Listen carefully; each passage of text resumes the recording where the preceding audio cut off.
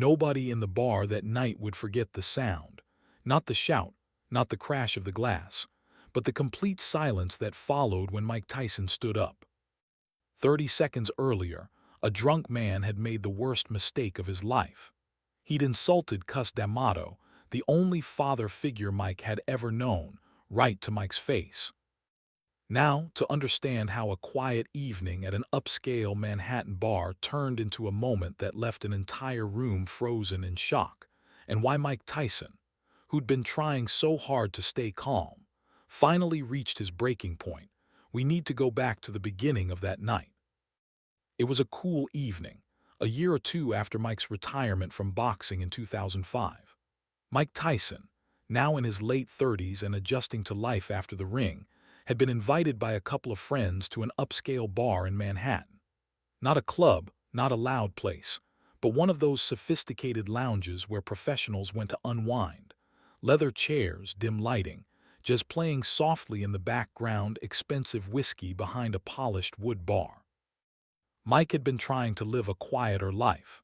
After years of chaos, legal troubles, and the intense pressure of being the most famous boxer in the world, he was attempting something he'd never really experienced: normalcy. Going out with friends, having a drink, being just another person trying to enjoy an evening. He was sitting at the bar with two friends, men he'd known for years who understood his need for low-key nights like this. They were talking about nothing important, sports, maybe some business opportunities, just casual conversation. Mike was on his second glass of whiskey, finally starting to relax. At a table about 15 feet away, a group of four men in their 40s sat drinking. They were clearly successful, expensive suits, Rolex watches, the kind of guys who closed big deals and celebrated with bottles that cost more than most people's rent. They'd been there for a while, and their voices had gotten progressively louder as the alcohol flowed. Mike had noticed them earlier but paid no attention. In places like this, there were always groups of businessmen drinking and being loud. As long as they left him alone, he didn't care. But then one of them recognized him. "Holy shit," the man said, loud enough that his whole table and several others could hear. "That's Mike Tyson at the bar." His friends looked over. There was the usual moment of excited recognition, some pointing, some whispering. Mike felt it. He always felt it, but kept his eyes on his drink, hoping they'd just appreciate seeing him from a distance and leave it at that. The man who'd first recognized Mike was named Richard, though Mike wouldn't learn that until later. Richard was a real estate developer, wealthy, used to getting what he wanted, and currently drunk enough to think approaching Mike Tyson was a good idea. He stood up, slightly unsteady, and walked over to the bar. His friends watched, some looking amused, one looking concerned. "Mike Tyson," Richard said, arriving at Mike's shoulder. "Man, I can't believe it. Can I buy you a drink?" Mike turned slightly, gave a polite nod. "I'm good, thanks, just having a quiet night." "Come on, just one drink. It's an honor, man, you're a legend." Mike's friends exchanged glances. They knew this pattern: someone approaches, seems respectful at first, then either asks for something or says something stupid. The alcohol usually made it worse. "I appreciate it," Mike said, his tone still calm. "But really I'm fine, just here with my friends." Richard didn't take the hint. He leaned against the bar, getting more comfortable, settling in as if he and Mike were old friends. "I saw you fight Holyfield, both times. Man, those were something. You were unstoppable." "Thanks," Mike said, turning back to his drink, hoping the conversation was over. But Richard kept talking. "You know what's crazy? Thinking about how you got started. That old guy, what was his name, Cus something." Mike's hand tightened slightly on his glass. "Cus D'Amato." "Yeah, that's it, Cus D'Amato. Man, that guy really made you everything, didn't he?" Mike's friends tensed. They knew what Cus meant to Mike. Everyone who really knew Mike understood that Cus D'Amato wasn't just his trainer. He was the man who'd taken a troubled kid from Brooklyn and given him purpose, discipline, love. Cus had died years ago, but Mike still carried that loss like an open wound. Cus taught me a lot, Mike said quietly, his voice controlled but with an edge now. Richard, too drunk to read the room, continued. I mean, you were nothing before him, right? Just some kid getting in trouble. He took you and turned you into a product. That's pretty smart business when you think about it. One of Mike's friends put a hand on his shoulder. Mike, let's move to a table. But Mike didn't move. He was staring at his glass, breathing carefully, trying to control the anger rising in his chest. Richard laughed. Don't get me wrong, I respect the hustle. That old man saw potential and monetized it, made millions off you. That's just good business. You should go back to your friends, Mike said, his voice very quiet now, very controlled. Hey, I'm just saying what everyone thinks, Richard said, his drunk confidence growing. Cus D'Amato was smart. He found a meal ticket and rode it all the way. Controlled your whole life, right? Made all the decisions. That's not mentorship, that's manipulation.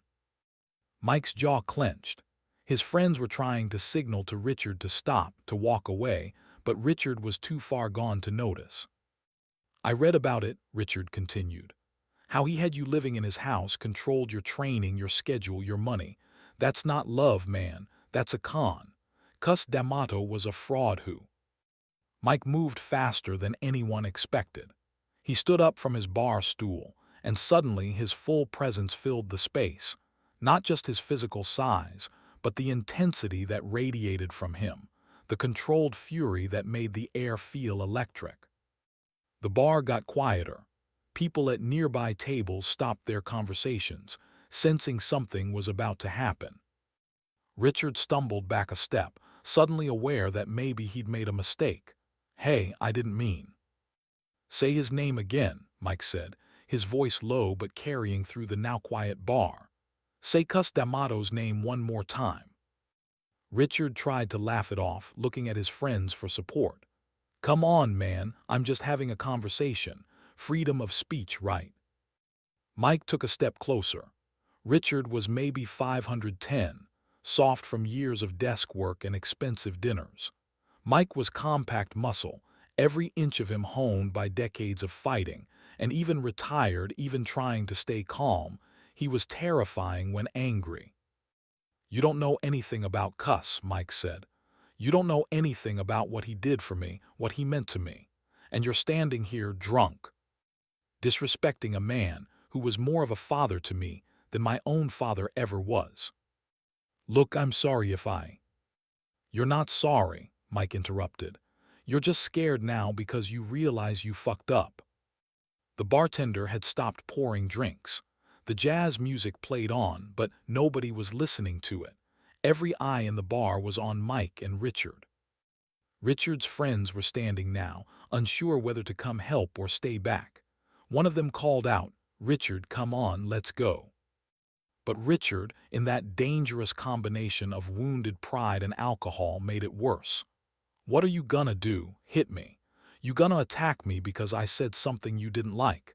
That's your answer to everything, isn't it? Mike took another step forward. They were now less than 2 feet apart. Cus taught me a lot of things, Mike said, his voice even quieter now, which somehow made it more frightening. He taught me discipline. He taught me control. He taught me that real strength isn't about hurting people. It's about knowing you could and choosing not to. Richard seemed to relax slightly, thinking maybe this would end without violence. But he also taught me, Mike continued, that some people need to learn lessons, and that sometimes you have to show someone the consequences of disrespect. Before Richard could process what was happening, Mike grabbed him by the collar of his expensive shirt with both hands. The movement was fast, controlled, powerful.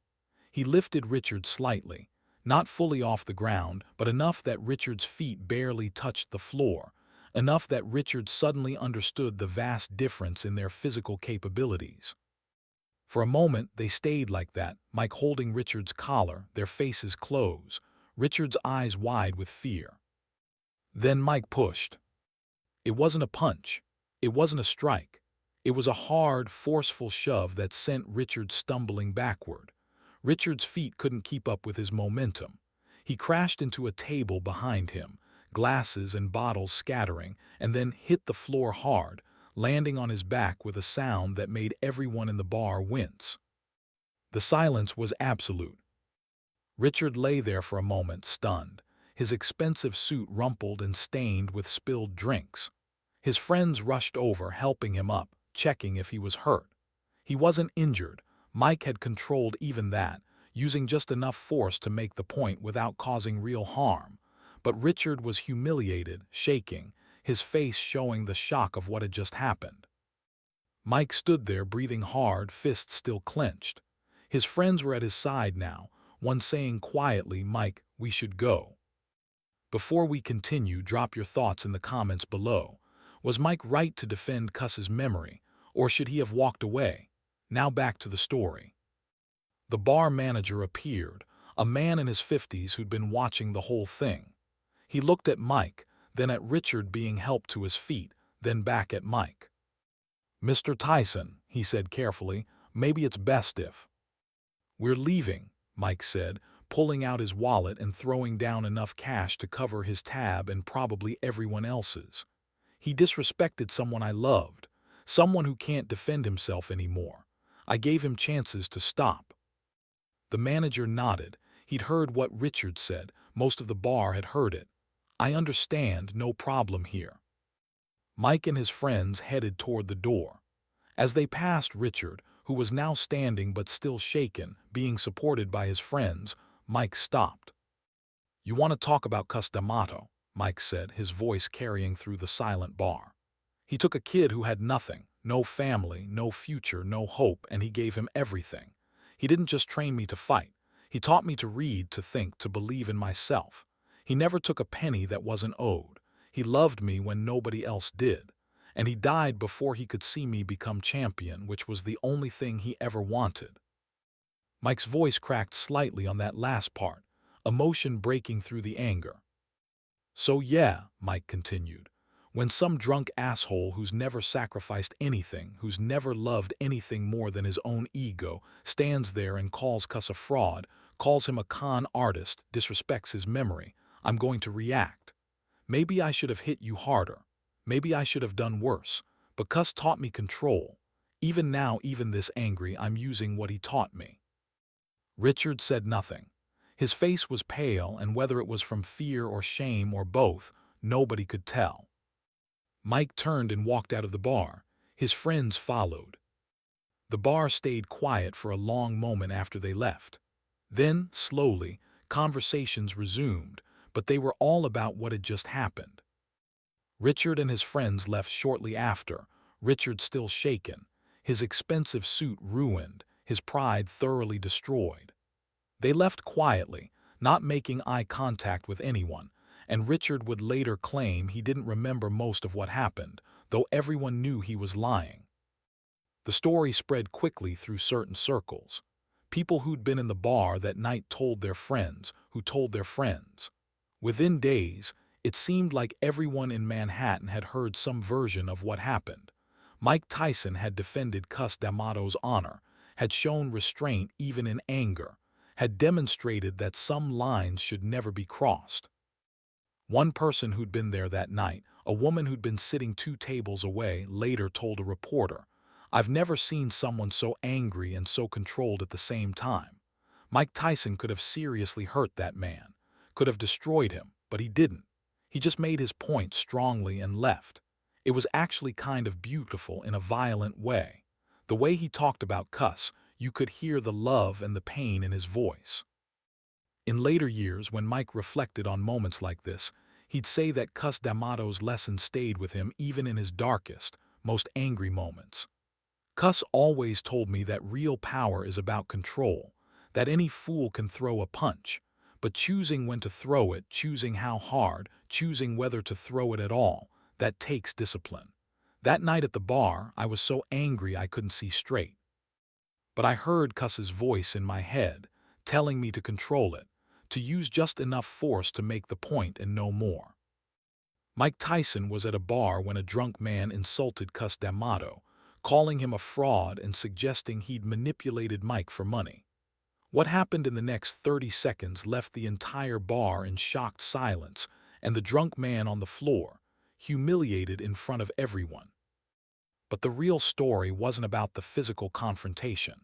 It was about love, grief, and the enduring influence of a father figure who'd been gone for years but still guided Mike's actions. It was about the pain of losing someone who'd believed in you when nobody else did, and the fury that comes when someone disrespects their memory. And it was about the discipline to use just enough force to defend that memory, to make the point without crossing the line into something worse. Cus D'Amato had taught Mike Tyson how to fight, but more importantly, he taught him when to fight, how much force to use, and how to carry the pain of loss without letting it destroy you. That night at the bar, drunk and disrespected and grieving, Mike used every one of those lessons. And everyone who witnessed it understood. Some things are sacred, some memories are worth defending, and some lines should never, ever be crossed.